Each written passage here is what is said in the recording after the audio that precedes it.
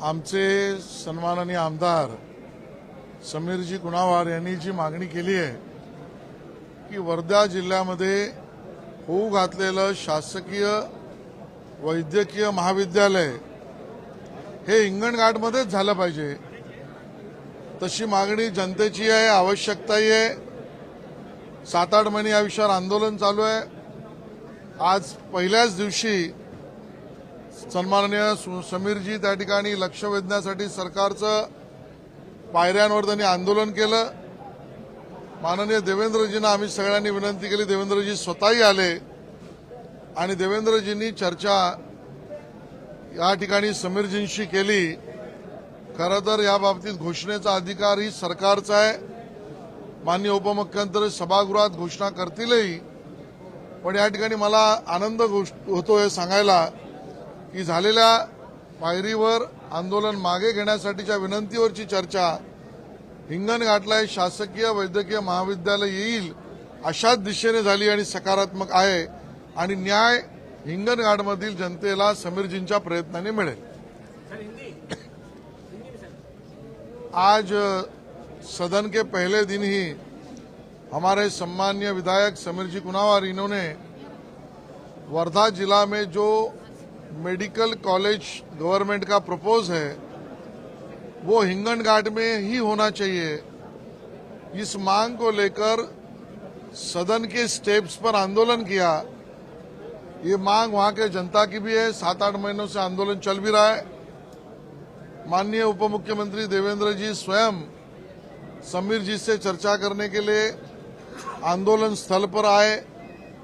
हम सब ने चर्चा समीर जी से की। लोगों की मांग भी सही है, हिंगणघाट वासियों को न्याय भी देना है। सर्वस्वी अधिकार सदन में घोषित करने का सरकार का और उपमुख्यमंत्री जी का है, लेकिन जो चर्चा हुई इससे ये जरूर कह सकते हैं कि बहुत सकारात्मक रीत से चर्चा के बाद हिंगणघाट वासियों को न्याय मिलेगा और उस प्रकार की खुशखबर लोगों को मिलेगी।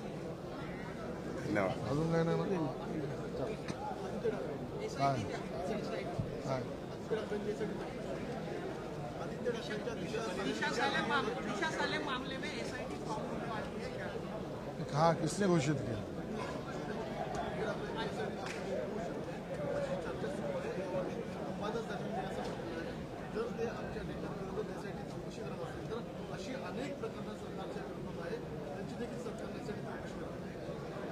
मुळामध्ये या बाबतीत एसआयटी चौकशी होईल नाही होईल या बाबतीतला निर्णय सरकारच घेईल, सरकारच्या वतीने घोषित होईल। पण मी या ठिकाणी एक स्पष्ट करू इच्छितो की ज्या पद्धतीने संशयाचं धुकं दिशा सालियन यांच्या प्रकरणामध्ये मृत्यूच्या प्रकरणामध्ये निर्माण झालंय ते स्पष्ट होण्याची गरज आहे। वातावरण साफ स्पष्ट झालं पाहिजे, लोकांच्या मनातल्या प्रश्नांची उत्तरं मिळाली पाहिजेत। ज्या पद्धतीचे पुरावे बाहेर येत आहेत त्याबद्दलचं स्पष्टीकरण पोलिसी खात्याकडून मिळालं पाहिजे आणि म्हणून मी तर म्हणेन स्वतःच आदित्यजींनी या ठिकाणी एसआयटी चौकशीची मागणी जर झाली असेल तर ती स्वतःच इन्व्हाइट केली पाहिजे, स्वतःहून या एसआयटीच्या समोर गेलं पाहिजे अशी मी त्यांना सूचना वजा विनंती करीन। दिशा सालियन मर्डर केस में एसआईटी होगी कि नहीं होगी, कैसे होगी, इसका निर्णय तो सरकार ही करेगी, घोषणा भी सरकार करेगी। मैं सिर्फ इतना कह सकता हूं कि दिशा सालियन मर्डर केस में या मृत्यु केस में जो तथ्य जो बातें सामने आ रही है, जो सवालिया खड़ा किए जा रहे हैं, जिस प्रकार की शंका निर्माण हो रही है लोगों के मनों में, उसको देखकर मैं तो एक ही सूचना और विनती करूंगा कि इस प्रकार के वातावरण को स्वयं इंक्वायरी का सामना कर आदित्य जी ने स्वयं ही स्पष्ट करना चाहिए। सर, पिछले अधिवेशन में नागपुर के उस वक्त भी एसआईटी का गठन किया गया था, लेकिन अब तक 1 साल में क्या क्या हुआ है उस पर कोई अपडेट है क्या? देखिए, ये तो सरकार घोषणा कर सकती है, जानकारी सरकार देगी।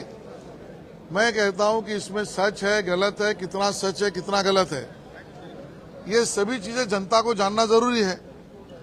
एसआईटी ने क्या किया ये भी जानना जरूरी है और एसआईटी का विरोध करके इस प्रकार के संशय को या सवालिया निशान को बढ़ावा देना भी गलत होगा और इसके लिए आदित्य जी ने स्वयं उनकी भूमिका स्पष्ट करनी चाहिए, ये मेरी मांग है।